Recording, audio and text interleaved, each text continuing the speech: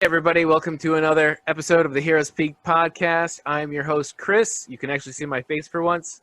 Welcome to our first full-on video episode. You see everybody here, all five of us, the whole cast. We are here to talk about the last editions of the Last Dance. And with me today, I have my wonderful co-host. We're going to go around our circle here. Start with Brooks. How you doing, Brooks? Doing great. Happy Monday. Great to see all you guys. Oh, you're one of those Happy Monday people. I am. Okay. Yeah. All right. Good to know. All right. Can you continue? James, how you doing, James? You have some weird circle you're going in, but I'm hey, going both that's directions. weird. what's going on, everyone? Finally get to meet everyone face to face. And That's right. no, I'm not Italian or French, but close enough. Okay. That was good. Mike, how you doing, Mike? I'm good. Up here, we've got a holiday today, so I got the day off of work. What holiday do you have in Canada today? It's Victoria Day, which is weird. It used to be on the same day as Memorial Day down there, but I don't know. They bumped it a week early for some reason. It's like DC. They don't want to overlap with Marvel at the movie theater, Yeah, so I it's the guess. same thing with Victoria Day, Memorial Day. Yeah. That way you Typical get Americans. yeah. And finally, of course, Keith. How you doing, Keith? Hey, what's going on? Can somebody check on Betty White?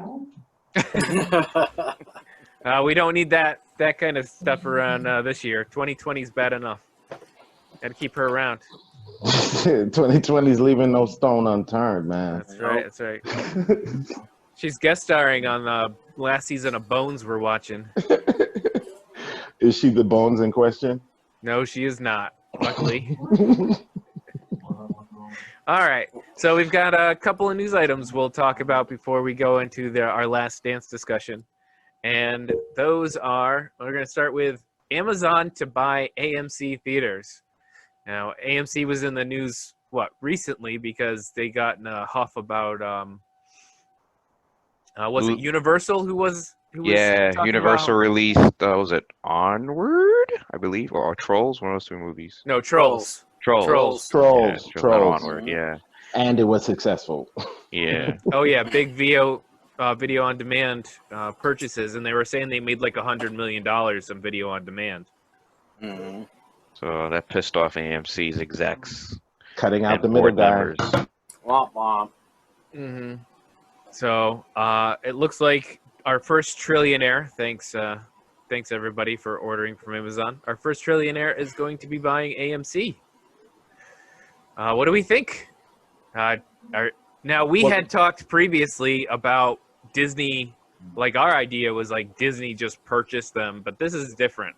Amazon, what's Amazon going to do? They're just going to run it like a theater? I mean, are they going to do anything different, or are they just he's just going to own shit? Well, enter your little mini theme park idea that you spoke about a couple, what you call it? That's right. Now, Amazon has the money to make that happen. That is Like, true. And they can convert it to an Amazon store. Exactly. Yeah. Exactly. Now you can have little Amazon experiences. You too can package this brown What box. does that mean? Yeah. You too can throw it in the back of a truck. But I that's can the ship point. my own packages. I can work 16 hours a day without bathroom breaks. I don't. See, you're thinking very low level, like Amazon. Like this next world that we're stepping into is going to be all Amazon. You mean? Oh man, and we we furnishing everything. Not if I have anything to do about it. You're going to get fresh direct meals while you're there in a movie theater. Yeah. see I like Demolition Man told us Taco Bell was going to own everything. They were wrong. It's going to be Wrong. Amazon. So You're gonna have drones flying over the theater seats delivering stuff. that's there. You know what? Could I deal with that? Yeah, Nope. yeah. Come on, drop me my popcorn. That way I don't have to get up. I Right. feel like it's cool the first time, but it's not sustainable. What's not sustainable? to have drones flying into a movie theater, dropping your popcorn with M&Ms, Keith? Mhm. Why? Oh, they're Why is definitely that gonna not? Why is that not sustainable? How many times a movie am I ordering? they're gonna drop shit on somebody's head, is what she's saying. Yeah. Definitely gonna Right. drop stuff on somebody's head. You- Ruin you their know those theater. drones- I've stumbled and tripped and spilled a little soda on a neighbor. Par for Yeah. the course. You know what Those I'm things saying? will be destroyed. Nah, but I doubt it'll be like drone-like. But I could see automation being a part of it. Yeah. Yeah, maybe like comes up from your chair. You have like a little soda fountain. Telling you.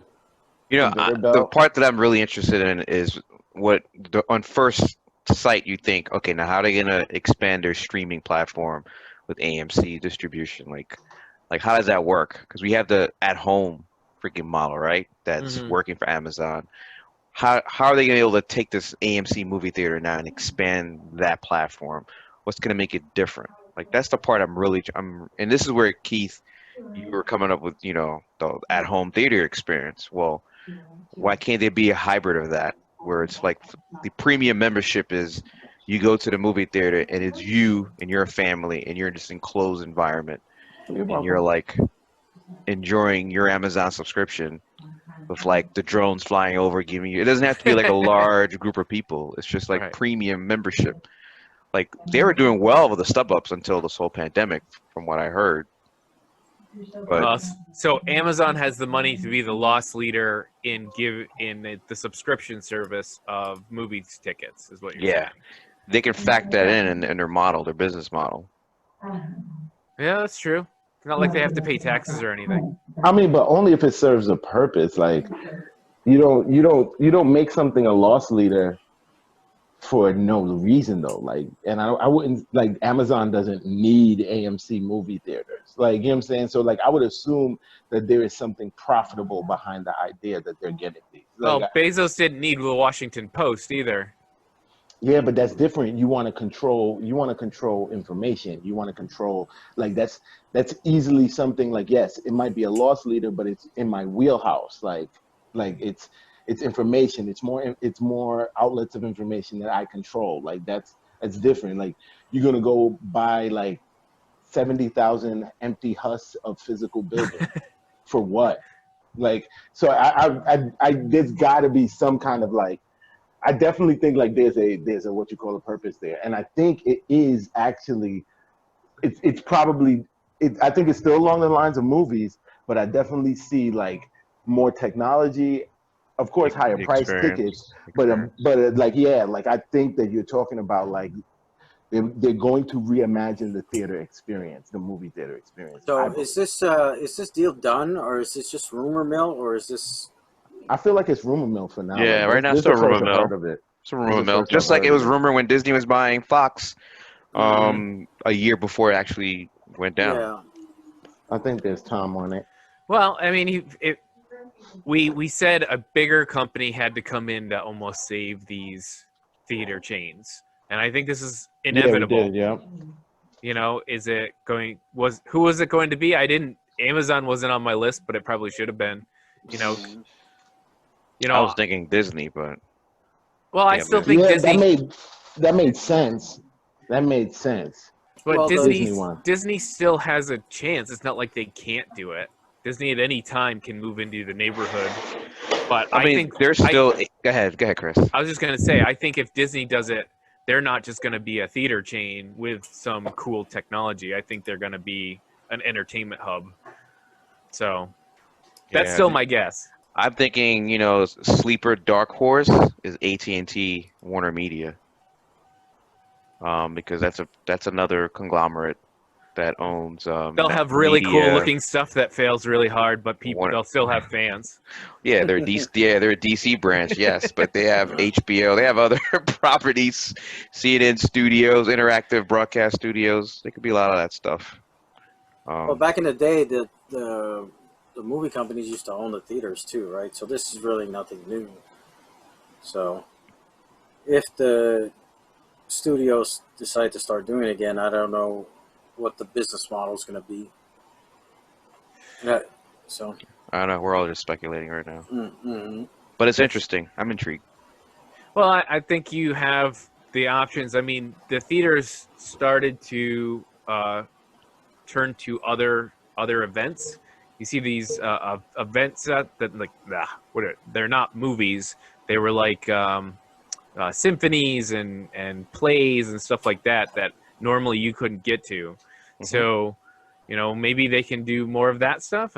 Maybe it's like a TV show that people really want to see the first episode of, that's an hour long or 2 hours long, and they open it up to that because they're Amazon or eventually Disney, Hulu, whatever, where they can do that and invite fans in and kind of spark some interest in something they are already touting. Yeah. Maybe, put it in your advertising budget. Or they can just convert all those AMC theaters to warehouse facilities for their merchandising and distribution. Well, that's how their drones are going to take over the world, right? But I've said too much. Yeah, You can edit this part out. yeah. I'm a little like, I don't think Amazon should get too far into physical space of things.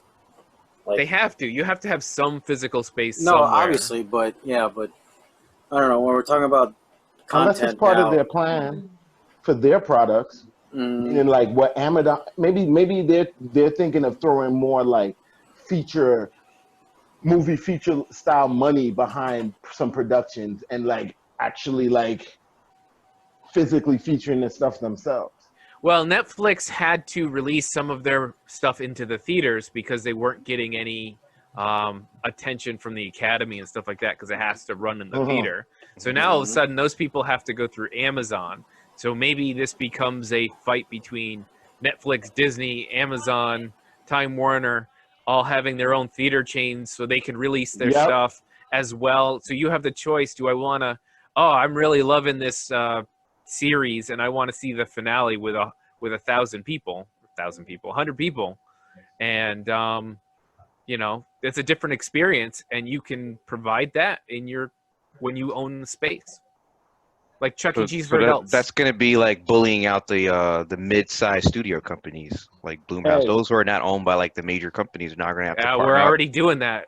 That's already been part of the plan. So Started with the That's part- railroads, that's- then yeah. it happens with the telecom. Now we're moving into entertainment. Oh, it's wow. part for the course. That's right. It's what happens until we break them up. All right. The other cool thing it popped up on my Twitter today was, did you guys see Umbrella Academy? I think you all saw Umbrella Academy. We did, on yeah. We Netflix. even did a review of it. And what Brooks, happened? I'm seeing what a happened? no. Umbrella Academy. It's You haven't seen it. That's actually, it's really good. You have not. No, All right. you should check that out. please. Okay, so Check the that out. Umbrella Academy, you should see it because it is technically superheroes comic book stuff, but it's not standard Marvel DC kind of entertainment. And it's super dark and it's dope. You'd like Really emotional, family connection kind of stuff. But anyway, so they announced season 2 release in July. So Oh, they pushed it up. Yes. Yeah, I knew It was they supposed to were. be September. It was yes. Yeah, they were greenlit for season 2. But when you said, I thought you were about to tell me they were canceled or something Yeah, terrible. I was definitely holding my breath. I was like, wait, please don't No, tell me nothing. they're not the New Mutants, so. That's good news. So yeah, it's good. July, so only a few months. yeah, And, we've also got Doom Patrol coming back soon.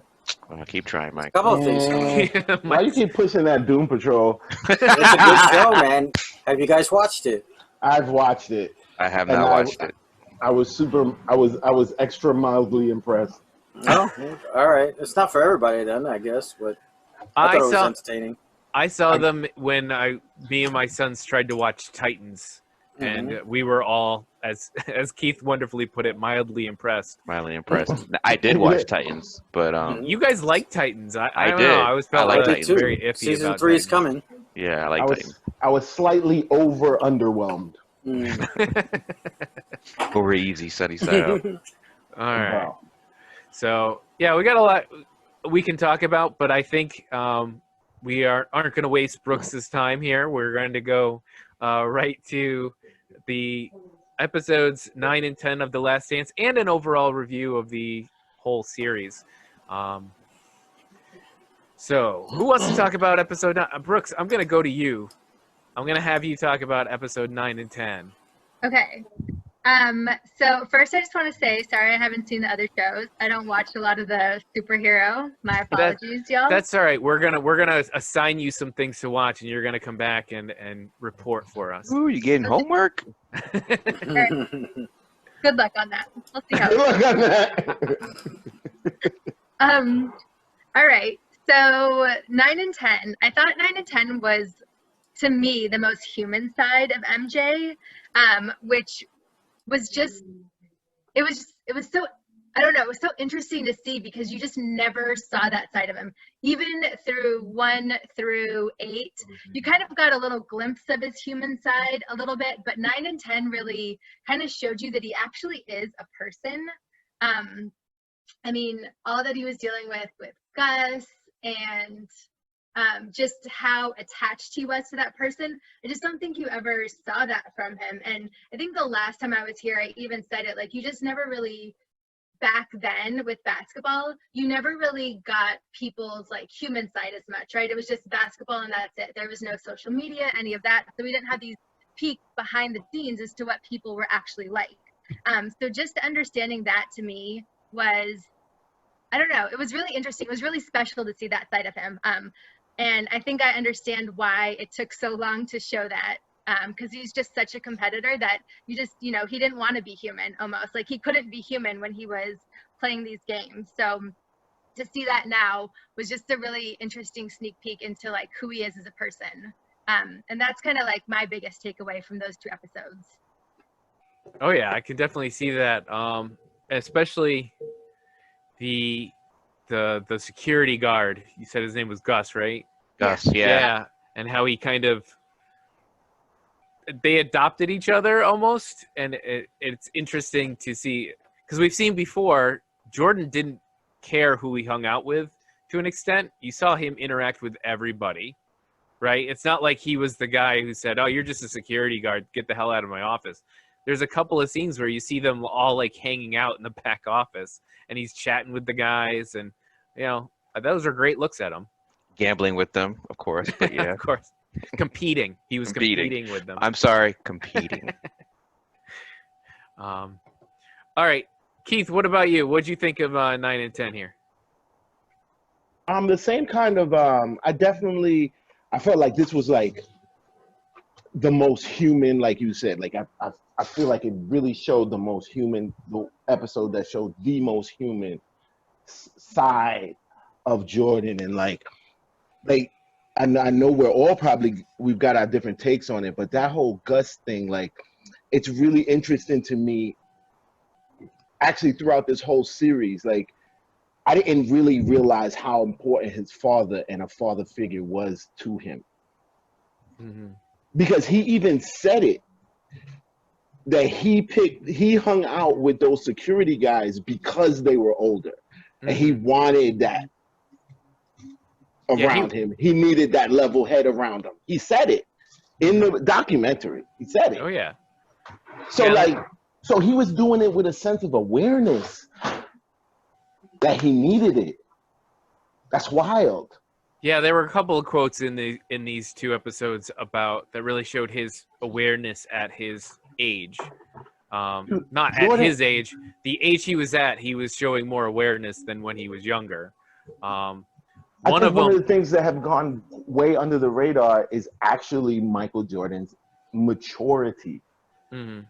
Like throughout this whole series, like little things that we thought was just like, oh, you were mean to your teammates. Oh, this, that, and like, yo, like he had a depth of understanding as to why he was doing everything. Yeah, he wasn't just a jerk walking around being it's crazy. MJ. Yeah, it takes a lot of maturity is a weird word. It's not what I'm looking for, but to walk around and be at his level and to sustain that without any major. I mean, the only thing that we really ever saw was that the gambling thing, and you know, from a guy who was basically king of the world for, you know, a decade. You You never see that. Was it episode 10 where you finally saw his kids? Yeah, it was episode 10. I was All like, 3 of his kids. Yeah. And you never saw his first wife. No. Yeah, you but- saw 2 scenes of her. have you ever seen his kids in the news, like a Nope. negative news story? Have you ever No. seen, anything That from was his any marriage? in story. Forget about negative. No. that? Right. I mean, I that's couldn't even pick him out in a crowd. right. Yeah. I just found out that his daughter was married to a former Syracuse player who wasn't even like a starter. He's like a bench player. And that's through like some Syracuse connection. I was like, wait, what? Who? So is that Jordan's daughter? So Like, I how think is the this so best. quiet? I think the best example of that maturity is when he said in the last episode when they were asking about going for a 7th win, and he You was stole talking it about from me, Mike. Damn it. and he was talking about how he wanted to because finally his mind caught up with his body in terms of wanting to win. So Knowing how to win easy. Yeah. yeah, right. Like he said that he was getting smarter, and although his skills wasn't like it was, his level of energy wasn't like the way it was in the beginning of his career. He had got to the point and understanding the game where he felt like he could have pushed it to Game 7. Yeah. I mean, Keith, pushed it to a seventh champ. Keith, you made a point on chat about MJ giving up the shot to Kerr for that Game 6 win. Ooh, thank you for bringing that up. I felt like that moment, that shot right there, that one shot was the exact difference between him and Kobe. Kobe would have took that Let me shot. hear it. Kobe would have took that shot. See, I Kobe would have disagree. Kobe would have not passed that shot in the last seconds of the game. Kobe would have. I'm not saying he wouldn't have made it. Kobe very well might have made that shot, but he would have taken that shot. And that's the difference between him and Jordan, right there. That right there, that one play, that's the nuance, the difference between him and Jordan. All right, I'm gonna let Brooks respond. See, I think Kobe. It's not a bad thing. It's not a bad I thing. know I think it's at a all. bad thing. you're trying to defend it, but like it's not. I'm not meaning it as a bad thing. It's just like a different frame of thought. Like in that moment right there, Kobe's taking the shot. I mean, I will give you that. Like listening to the way Jordan was talking, I was like, he's like unlocked the secret, right? Like the secret that not too many people can tap into, and I don't know what to call it, but he certainly unlocked that where you just understand, like you see things happen before they do, and I don't think it doesn't necessarily have to be in sport. It can be like in your regular, but he unlocked that, and when he said that, when he was talking about how he was understanding like how to use his mind, it really just showed me like the type of person he is. And that most athletes just, even though they're at an extreme level, they just don't have that. And I think Kobe did have that. That's why I kind of want to argue with you. I do think Kobe had that. He maybe didn't always tap into it the way that, like Jordan, it became almost second nature to him. And so maybe Kobe didn't always tap into it. And I think that's the thing that LeBron is missing also. And that's why I'm not going to call him the greatest either, is that he doesn't always tap into that. Let me see it before it's happening. Whatever that, like, Again, I think like those are is. all technical things. I think you're Yeah. right. I think those are all technical things. Like, and I do think Kobe got to the point where, he could forecast the game, and he's been around so many sets. He knew exactly what was, what cats were going to do before they even probably did it. And that, so I know that from a technical point. I'm talking about in the split second when you can't think. That's who you are. Well, In the split second when you can't think and you have to act, that's who you are. Well, what I thought was great about that moment was they showed just before that, because it was Steve Kerr talking about it, and Jordan basically was trying to whisper. He's like, because just Jordan knew there was always cameras, and he was basically screaming back he was going to be ready. But yeah, stupid girl, I'm gonna be ready. Right. To this day, he repeats that line. I mean, when Jordan looks at you and is like, "Be ready," you're not going to be like. Yeah, but Right. Jordan was trying to do it but he's trying to do it. He's obviously trying to do it. He's on got, the like, the super drink in slide. front of Like, him. he's He was got like- the drink in front. He was He's like, obviously "Yeah, blocking the what he's double team's saying. coming. The double team's coming. You know what that means?" And then he just stopped it there. Like, Kerr turn goes, down the yeah, juice. I know what Read that the means. room, Kerr. I'll be ready for that Read the shot room. at the top of the key. Yeah. Right over there.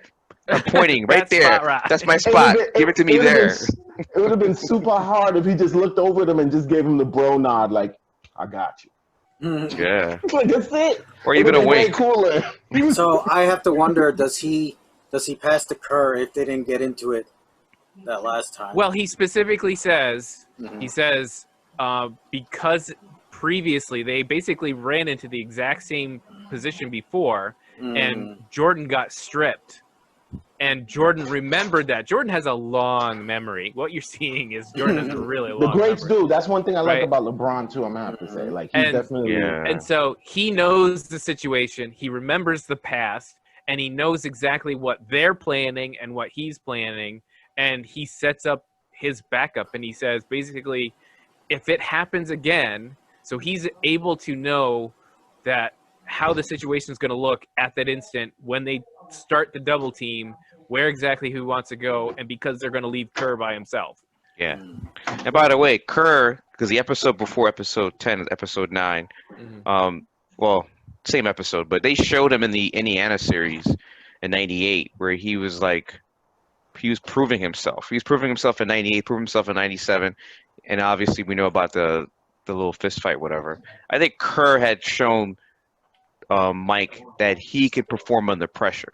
So Mike wasn't going to pass it to Scott Burrell or whomever. In fact, he even said at one point before Game 7, he was telling Ahmad Rashad, stay away from Scott Burrell. He don't need that kind of juju right now. Stay away from him. So he already knew which players can handle the pressure, which can, and he already built confidence in Steve and knew like you said, he put it all together. He knew the double team was coming. He knew who was coming from.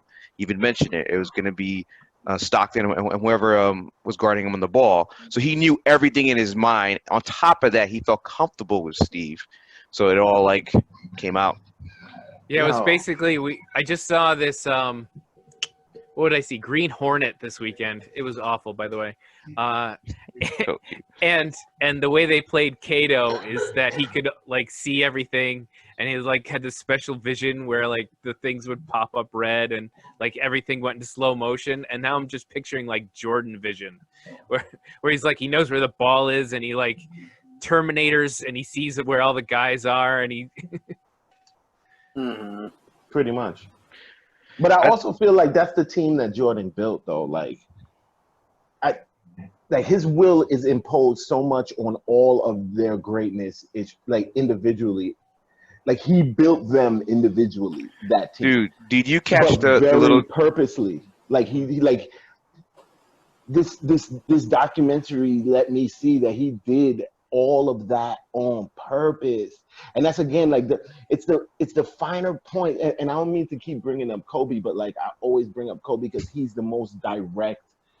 He is the most carbon copy of a person that I think one could be as close to Jordan.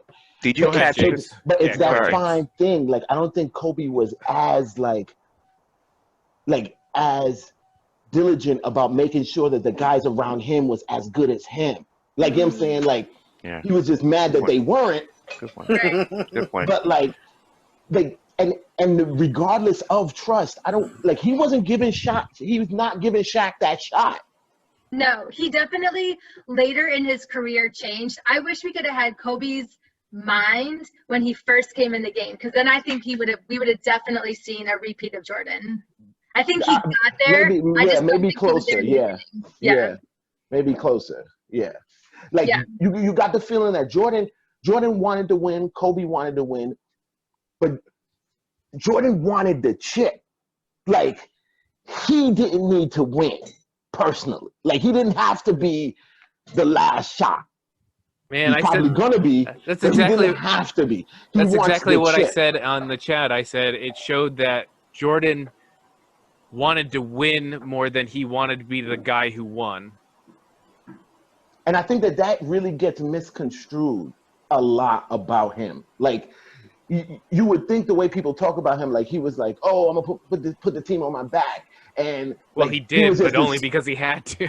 Nah, but he was because he but was the did. best Yeah, player. he did when he had to, but when But he he didn't, built them up to right. be the supporting cast that he needed, though. Like, Mhm. All right, we got to give Mike and James their, Oh, yeah, their go ahead. shot I'm here. sorry. Oh, hold on. The one thing I was gonna say, just to tie up what Keith was beginning to say, and also the Steve Kerr comment, is that Keith was saying how he built that team was built with a purpose around him. Did you notice when Steve Kerr, the Steve Kerr episode, when he said he met John Paxson when he first came on the team, and Paxson was telling him, hey, in order for you to succeed on his team, you have to know Michael's tendencies, you have to know what he likes, his zones and everything. And Kerr was like, well, I don't have super talent. I'm going to, my minutes are limited. So when I'm in, I need to count.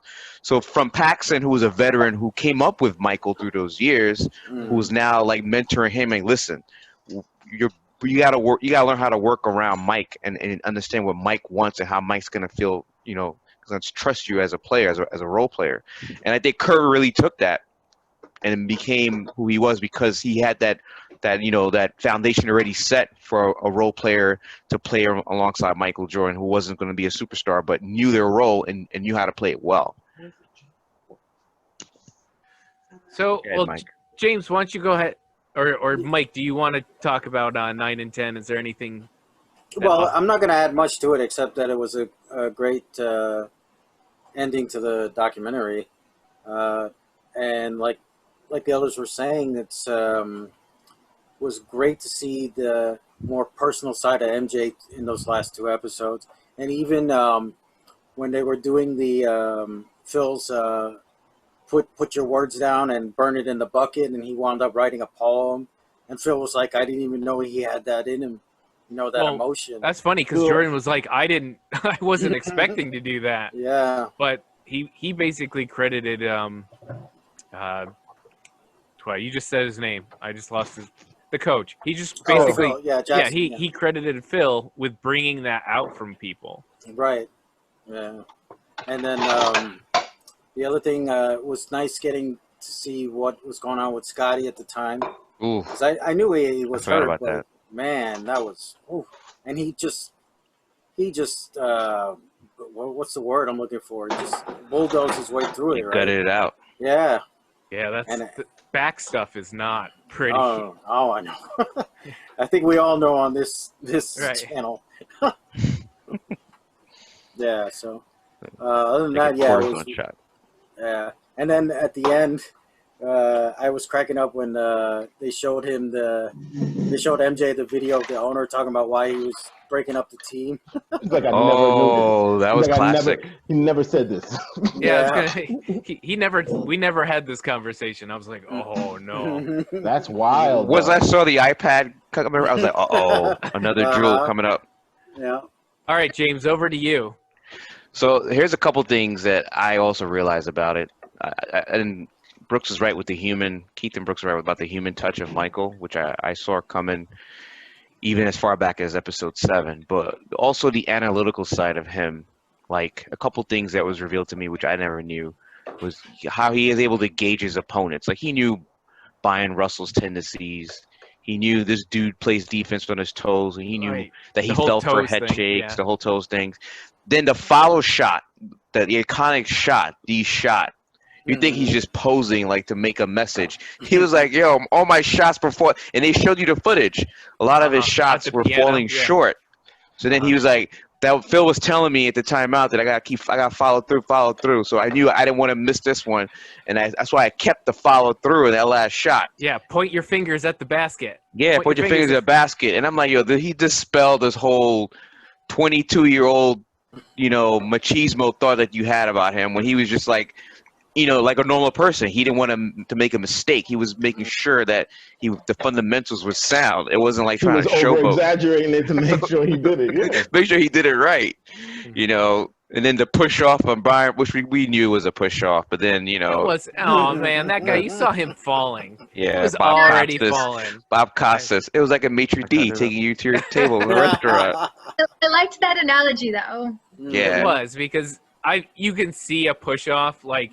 His arm was not in a position to be pushing a 250-pound man. That wasn't a push off. Yeah, like the more you look at that from different angles, like, hey, yeah, that dude was going 60 miles an hour in that direction as it was. Right. Like that was Yeah. definitely like a good job, pat on the back type joint. Like he Well, definitely ain't pushing that far. And all the footage they showed of the game, and the guys are basically elbowing each other's in the chest, and No, that was '90s basketball. and Reggie Miller basically he just He pushed him. rammed Jordan. He said right in the lightly, chest. lightly pushed him. He said, Dude, he like ran at him at 20 miles an hour and he even pushed said him it off. forced the referees to make a judgment call. I'm like, Mhm. wow, And they weren't calling anything, that's for No. sure. playoff basketball. Yeah, watching Rodman, you're like, they're not calling Oh. anything. I think for me, I really like the fact that they really focused on some of the pivotal games down the stretch from the basketball point of view. Because let's be honest, dude, we haven't watched basketball in how long? Meaningful basketball, anyway. So I felt like I was rewatching it live, and then whoever's putting together the music, I mean, that guy needs to get an Emmy too, because he got a soundtrack from The Equalizer, the Denzel Washington movie. He got a soundtrack from Kick-Ass, which is why I was watching it earlier today. What was And that he- last song? Was that Pearl Jam or something? No. That was from a movie called Summer that they also use in Kick-Ass. So when Steve Kerr makes that shot, that's that music that they're playing in the background. No, the one at the very end with Jordan. He's That's from contemplating. the Equalizer. All right, I'm gonna have to look Oh, that you up. mean like at the final scene when he's sitting with the final with scene. the stogie?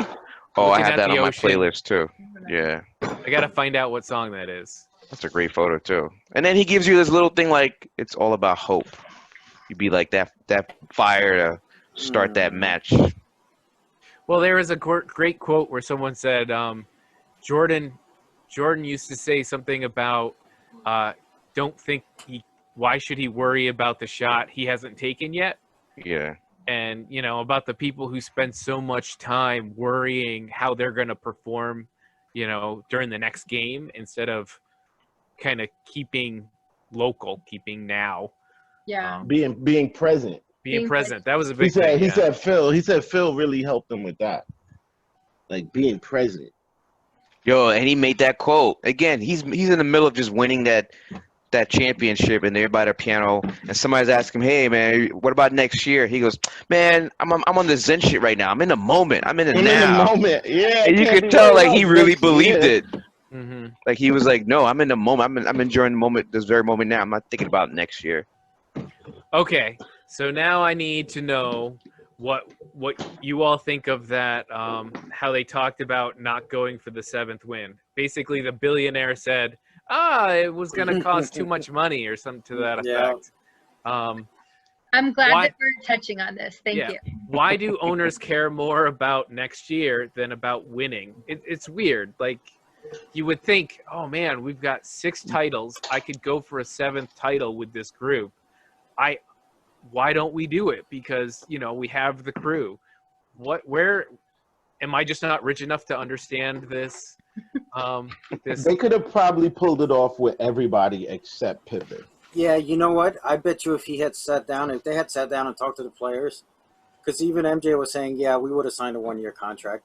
Everybody would have signed a 1-year I contract. think Jordan might have been able to get Pippen to acquiesce, but like that would have been the biggest one that wasn't like. Yeah, Right. but you can't tell me that they didn't have the money to go, I know, Scotty, you've gone this long without this contract. This is going to be a 1-year deal, but we're going to make it worth your while because this is going to Yeah. be the biggest, the Bulls are going to be international news. We're going to make our money back 100-fold. It doesn't matter if I pay you $25 million for this year to play because it makes more news and it makes more money. I mean, Yeah, I really don't get it because they only had a handful of assets that they could have gotten. Yeah, I don't know trading, what. Yeah, like I guess they just wanted to get us a head start on the rebuild that they knew was coming, but that was such. Head start. It's Yeah. been 30 years and they haven't Right. Hey, haven't been near where Hey. they were. It's a Nick said, rebuilding millennium. Right, rebuilding millennium. Oh. I mean, do you guys think they would have won a 7th? The I '99 don't- lockout season. Yeah. I don't know definitely, but like I believe that they would be in contention. If they were Yeah. playing that '99 lockout season where the Spurs and the Knicks were in the finals, yeah.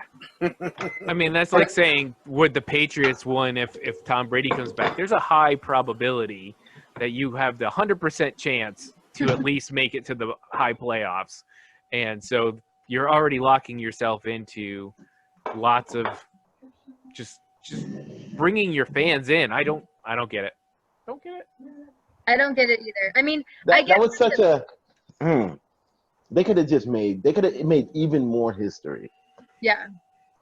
I kind of get from like Phil Jackson's point of view when he said at the end he was offered to stay, but it's like too little too late. You've already spent so much mental energy getting to the 6 and knowing this is the last dance and that whole thing that it's like you can't go back after that.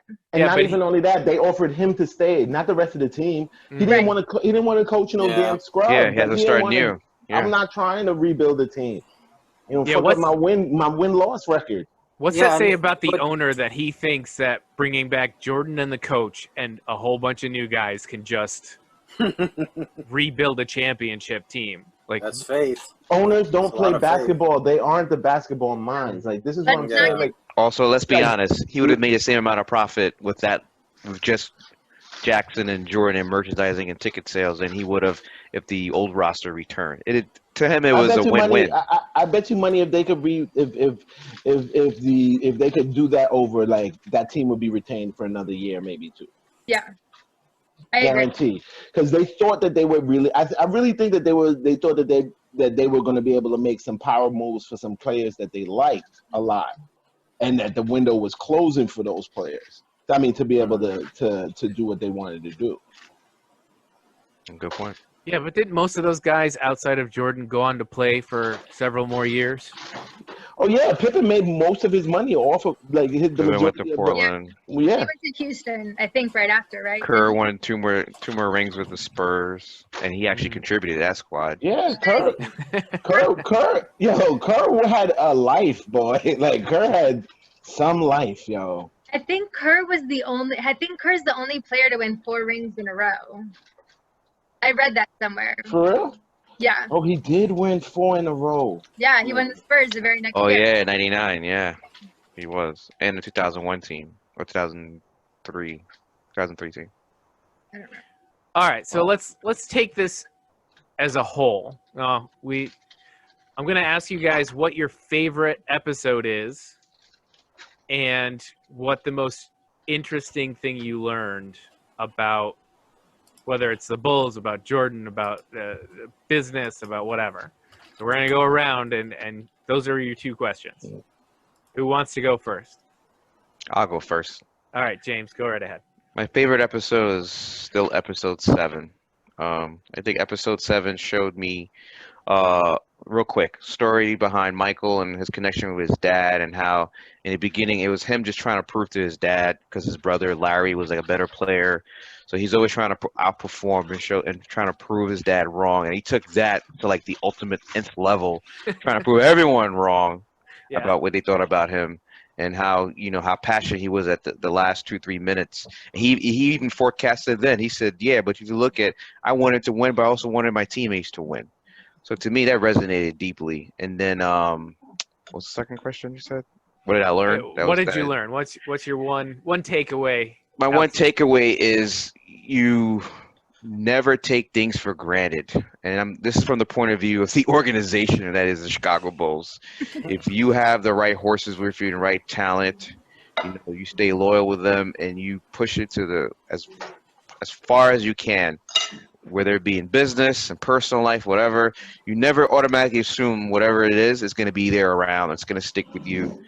And you got to treat that thing with the same amount of loyalty and love that thing is treating you. That's what I learned. All right. Who would like to go next? Mike, I'm going to call on you. Mike. Let me see. I think my favorite would probably be the Olympic episode. Let me see, which one was that? Was that 5? Episode 5, yeah. Because I liked that whole dunking on Thomas. Yeah, well, just the whole how they came together, and then all that stuff. But I don't know. I don't really have a favorite of this series. I like the series as a whole. So. Okay. What new information did you find out? What did you learn? I'm not sure. Probably the stuff I mentioned earlier, like just all the behind the scenes, what these guys were thinking and how they were trying to deal with all the stuff going on. That's the stuff they don't share, during the season or afterwards. So this was a great insight into that. And what I hope is the younger players watching this, they also, learn something from it as well, right? That drive. So there's a lot of little things they can get out of this show. All right, Brooks, favorite episode and what'd you learn? I think my favorite episode was the last one. I just felt like it brought it home, closed the whole series. I mean, if I had to pick, I would say the series in general was it was so on time because, we're dying without basketball, we're missing sports, and just getting to see that we're insight. dying without basketball. Portrait. That's a little extreme. All right, I personally miss basketball. You're right, we're in a global pandemic. I miss basketball a lot. If you could edit that out, I would appreciate that. Yeah, we'll see. That'll open the show. Yeah. Amazing. I felt like the doc dropped at the perfect time. That's what I'm trying to say. It just dropped at the perfect time. So every episode was great to me. 10 is my favorite. It brought it home. It also gave me a lot of glimpse behind Phil Jackson. And I just remember when Phil Jackson went to coach the Lakers and how mad I was the first season that happened, which obviously in retrospect was a mistake. I mean, not a mistake that he went to coach, a mistake that I was angry about that fact, because I had so much hatred for the Bulls at the time, just being a Lakers fan. Mm-hmm. But I just thought it was interesting getting that kind of sneak peek behind the Zen Master, as they call him, and just to see how he puts a team together, and it's not just about basketball, right? And also I just thought the ending with Jordan just sitting there was it was so poetic, with just him sitting there talking about hope, I don't know. Which it was amazing. Of all things, it was that. That was my second choice, but they hit me too. Yeah, that really hit me. And then what was the second question? Did I answer it? What did you learn? Yeah. I mean, I think I just, learned more about Jordan, more about his perspective. I think I learned how mentally sharp he really is. I knew that he was a good basketball player. I just don't think you realize how you have to go inside yourself to really get to that level of championship. So that's my answer. All right. Thank you very much. And Keith, favorite episode and what did you learn? Keith, you're on mute. Like Mike, I don't really have a favorite episode. I just kind of look at it as one long docu-series. I mean, one long doc. But that being said, I feel like if we're going to chop it down into serviceable parts, dying without basketball. That's dying without basketball. That's funny. That's hilarious. Sorry, it just made me think of it. All right. I feel like the episodes where they showed the non-basketball stuff. So especially the one, which one? This, I don't know if it's 9 or 10, where with his relationship with the security guards, and that one. That was 9. That one that was pretty fatherly. Gus. I'd say one of the things that I took away from this is that I really kind of and I don't even know if I ever thought about it, but I really undersold maybe the depth that a Jordan could have. And it just, he seems like a much deeper person to me now. I didn't know that he had that level of awareness of himself, of, you know what I'm saying, of things that his needs, even emotionally, enough to even speak about it, as a matter of fact. Yes, I surrounded myself with these guys because I needed the older presence, and you know what I'm saying, like he had such a depth of understanding of what was necessary now, but all in the frame of like keeping him well enough to be able to win. Yeah, Like absolutely. winning was the underpinning to the whole thing. Dang. Like all of these parts I need to add on all the things that he's thinking about and all this depth of person and like how he interacted, his people craft, and like how he interacted with his teammates and how he pushed them and how he was an asshole, but not really an asshole. And you have like everything was with the purpose of winning in mind. That's crazy. Yeah, I think we get that way with celebrities. As you sometimes we flatten them out to Yeah. what we see, and Agreed. this allows us a little bit more on that. What about you, Chris? So for me, my favorite episode is episode 6. So episode 6 has to do with the fame of Jordan and him being an international icon. So there was a quote, and I forget who said it. I think it was a blonde lady in episode 9 or 10, where she says, what's also amazing is that it was the age without social media. There was no YouTube. Yep. There was that him becoming a world star was because of what he did on the court, right? And news. You had no other way of really interacting besides mainstream media. So, you know, if he got on a talk show or he got a late night or he got on the news, that was it. That's how he interacted with the fans, and everything else was him just being great. And I thought there was so much interesting information about the Nike deal, his mom, about him traveling around to different countries. By the way, his mom was at that Utah game when he was sick. And I'm like, wait a minute. I thought she never went to any of the games after his pops died. No, she was right there, man. Right there. She knew he was sick before he went in, so. Go ahead, sorry. No, that was part of the interest, is just what role his parents played in that, and that they kept him, you know, we've seen parents screw up their kids in multiple ways, especially when their kids become famous. And his parents did no such thing. They were on top of it. They were helping him. They weren't taking over. They weren't trying to get in front of the camera. They were great, you know? And so that episode 6 was really, really my favorite. Shout out to Dolores Jordan. A phenomenal woman. Nike needs to have a statue of her in front. Yeah. She saved their business single-handedly. And I think what I've learned, I was taken aback by Jordan's, and not just Jordan, but Jordan and Jackson's two slightly different leadership styles, and how Jordan came up as a leader, whereas Jackson was obviously there to start to be a leader. But they had two completely different styles. Jordan was this in-your-face, pushing you, do as I do. He was never a do as I say guy.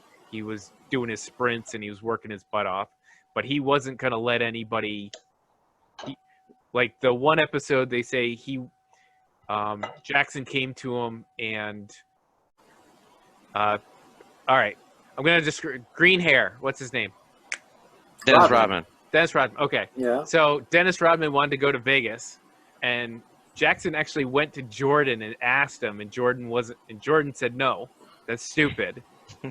But Jackson basically said, you know, whatever, go for 48 hours. Jackson had this laissez-faire, but somehow keeping everybody in the team mode, keeping everybody motivated.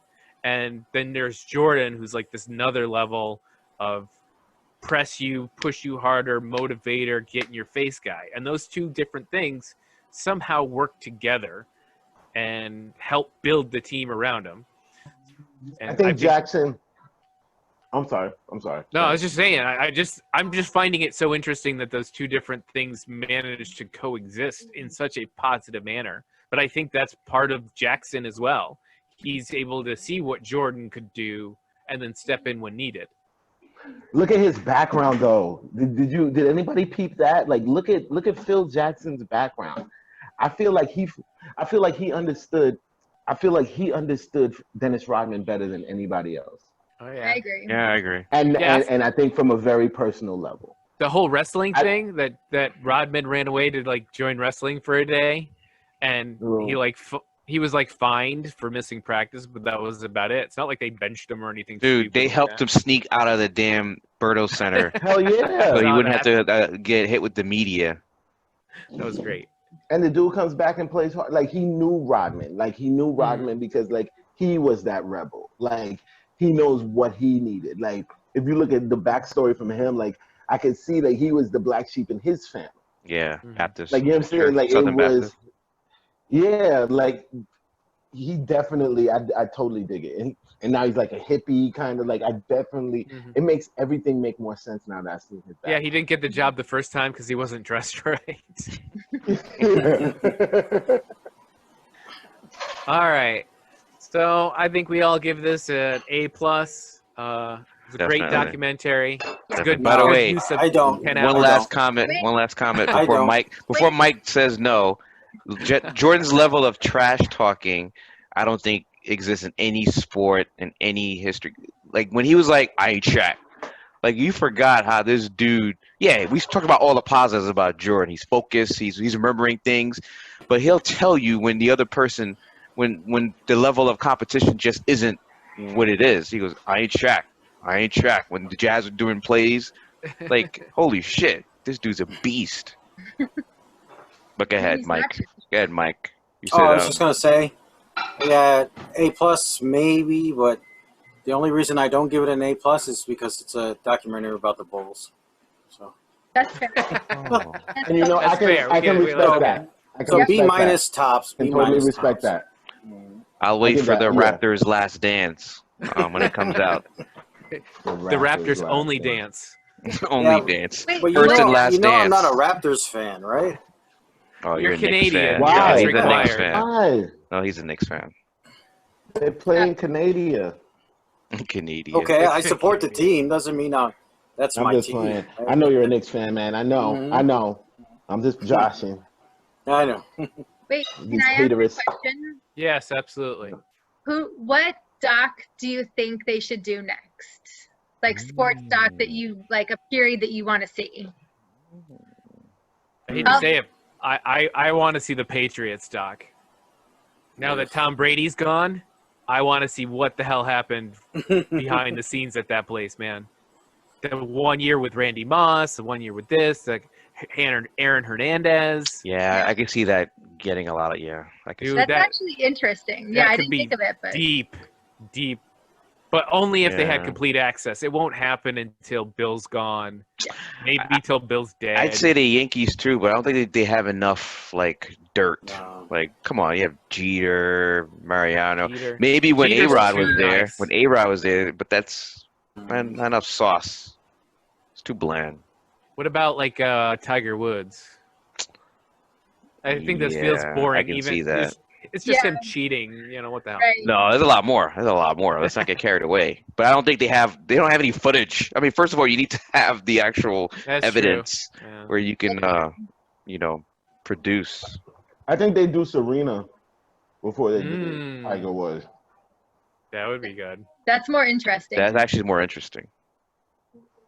So I was gonna But say, also I would no like dirt. to Coming see from Compton. Jackson. Coming from Compton. Yeah, I- I can see that. Phil Jackson when he coached the Lakers. That would be what I want to see next. Phil Of course Jackson, you would, but Lakers. only you and other Lakers fans. Like nobody else is interested in that at all. I feel like that's interesting, and a Like, lot who of people cares? would want to see it. I just wanted to see Kobe and Shaq play. Like that'll be Like- just another documentary only about Also Kobe and feels Shaq. like it also feels like a good segue. You go from like Jackson and the Bulls to Jackson and the Lakers. You just want The- you and like The three-peat. everybody wanting to see a MJ doc. Like nobody but Lakers fans and probably a small population of those want to see a specific Phil Jackson doc about the specific. No, I want I to see think that. actually the problem I think for that is that with Kobe's death, you can't do No, you dirt can't too do that. much No, you for a can't. little while. You got to be. Plus, you got to his be And now family they nice had can't do a for- Vanessa. Kobe doc right now. Yeah, Vanessa has to sign off of it. She's not going to be. That's Nope. Yeah, I don't know. I why can't think not? of anything other than the Patriots. Maybe Yeah, I think Mayweather. it's good. I can see Floyd Mayweather, but The Bills how- need a 30 for 30. Yeah. Dude, did you see that nasty stuff about Karl Malone? which I didn't know until you sent me the damn. Yeah, I don't think we should air that What on was this that? pod. No, Well, what I happened? mean, apparently a judge passed a judgment way back when that he without a paternity test that he had fathered a kid with a woman right. with the Yeah. time was 13 Whoa! and he was 20. I did not see that. I did not know that. He until- refused to take the paternity test, and they made him pay child support. Whoa! Yeah, it wasn't pretty very. And I'm like, how is that guy not in jail? Whoa! That would have made Mike's life a lot Wow. easier if he was in jail instead of Wow. By the way, I had never seen Salt Lake City so happy to see black people before until we started. Stupid. Salt Lake City. Wait, Brooks, weren't you in Salt Lake City? I lived in Utah for a little bit. I did in Park City. Yeah. I'm sorry. It was a great experience, but there was no black people. That is. sounds like my high school. Yeah. What was their feeling out there towards black people, though? I mean, there was like a lot of racism, definitely. I mean, I lived in It's not like she's about to say there was a lot of racism. I mean, being that there was no black people there, I wonder at how open people were to talk about black people. Very open. I got into a ton of heated discussions. I at one point like For or against? I'm Ah. kidding. God. I mean, I remember at one point having this argument that someone was telling me that interracial marriages and relationships should be illegal. Like that's the kind of thinking that they had. Wow. Yeah. Not a good look. Not a good look. Yeah. Yeah. We'll save that for another podcast. Though. Yeah, Yeah. those crowd Definitely. shots were not pretty looking. Yeah, I got Indianapolis and Indiana stories for you guys too. So we'll do it on another cast. Another Yeah. time. Well, I think that was a good doc, and if they come out with something more interesting than the Lakers, we'll do another one of these. I wouldn't mind seeing more focus on Rodman. Rodman might be an interesting thing. Yeah. He's had a bunch of things. Rodman When he left. went to North Korea, he had the 30 for 30. Dude, this dude left after a playoff game, went to go wrestle in WWF, came back for the next game. Like, yo, like, what kind of life are you living, my Dude, guy? you I was didn't in see beast the mode. championship when they were all in the locker room. He had Carmen Electra with them, holding the Larry O'Brien Bill Russell trophy now, kissing it like she was on a team. Right. Oh, if you remember, Carmen Electra was like a Kardashian then. She was the OG. So if you remember, she was OG Kardashian. Like, so yeah, definitely she was in the mix. Right. Wasn't she fucking around with Prince? Yeah, Carmen Electra had like she had definitely clout back then. Dennis Rodman was winning, married to Carmen Electra. Yeah, well. All right. I'm not going to get into that On conversation. that note. On that note, I think on Well, that she note, was, we'll though. finish off for the night. Yeah. And but that's a good discussion, and we got to find out what movie Brooks is willing to watch in order to have a discussion about it. But until then, I'm gonna tell you that James, you have to watch Avatar: The Last Airbender so we can have that discussion. yes. Also, my daughter said we need to watch that. Outer Banks on Netflix. Outer Banks. Yeah, I don't know. I think it's what the millennials are watching. I'm watching it. I'm watching it. It's She wants to actually, do a it's actually review. pretty cool. We need to do. Off It's a camera, little though. tweeny. We still need It's to a do little our tweeny. review. Yeah, on, she wants to do an Alright. off-camera review. We still have to do our review on Apocalypse War. For those who haven't Oh seen yeah, it. I just watched that the other night. The Super yeah, we should do that. Justice League. And I watched Upload over the weekend. Okay, we so just maybe wa- yeah. Yeah. I was just Maybe- gonna say maybe we do a short 10-20 YouTube video on Apocalypse War. Well, Alright. maybe we down. do a couple of like 5 or 6. We got to keep them to 10-minute reviews. Mm-hmm. Exactly. cool. That's what I mean. All Gives right. the people what they want. 10-minute Yep. and 10-minute YouTube clips, not 3-hour documentary. TikTok dances and YouTube clips. Mm-hmm. All right. I think that's good. I'm going to sign off. Keith, what you eating, man? Delicious steak. It's good. Delicious beyond Sorry, Chris, I beyond didn't- broccoli. I didn't mean to interrupt your closing Beyond arguments. broccoli. Beyond broccoli. Is that like meat it's broccoli, broccoli kind of flavored like the meat. Beyond Burger is a broc- veggie? It's broccoli One hundred- flavored meat. 100% pork. But it tastes like broccoli? Broccoli flavored meat. All right, guys. You have a good night. Good night, everybody. Night. Right. Good Thanks, night. everyone. Deuces.